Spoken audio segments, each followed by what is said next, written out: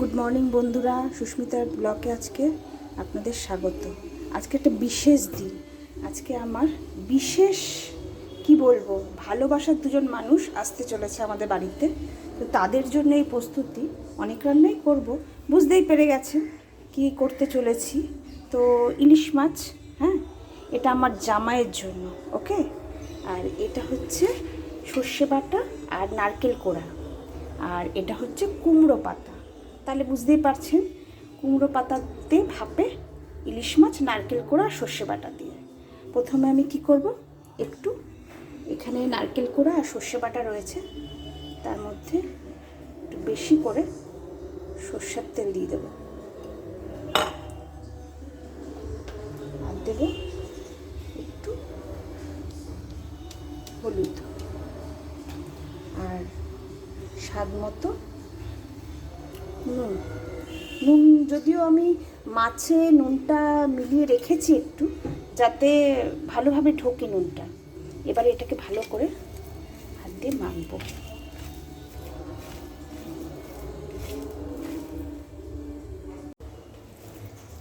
এবার দেখুন আমার ভালো করে মাখা হয়ে গেছে। এবারে অল্প এই পাতার মধ্যে আগে বিছিয়ে নেব।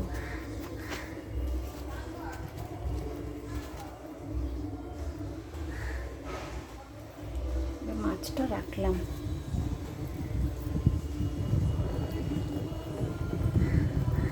মাছটা একটু ভরে ভরেই দেব।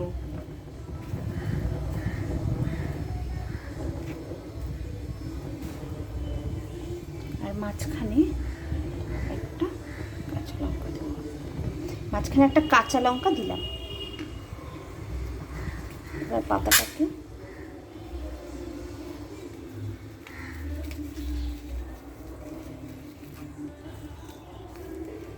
এরমভাবে বাইন্ডিং করে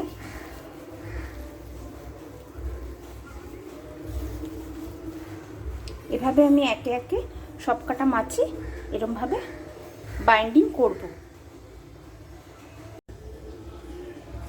এবার দেখো আমি এই পাত্রটার মধ্যেও কয়েকটা পাতা সাজিয়ে দিচ্ছি, যাতে বাই চান্স তলায় যদি লেগেও যায় তাহলে আমার মাছগুলো নষ্ট হবে না। এছাড়াও আমাদের বাড়িতে এই পাতাটা খেতে খুব পছন্দ করে, ওই জন্য আমি একটু মোটা করে কয়েকটা পাতা দিয়ে নিলাম। এবার দেখো আমার এখানে সব কটা রেডি হয়ে গেছে। আমি এবার একে একে এর মধ্যে গুছিয়ে দেবো।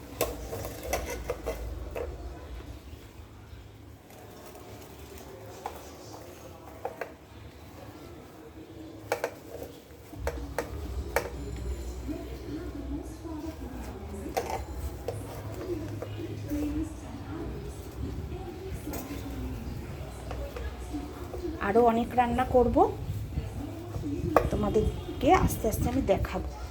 এটা দিয়ে শুরু করলাম। এদিকে দেখো গ্যাসে আমার জল গরম রেডি। এই গরম জলটার মধ্যে আস্তে করে বসিয়ে দেব, আর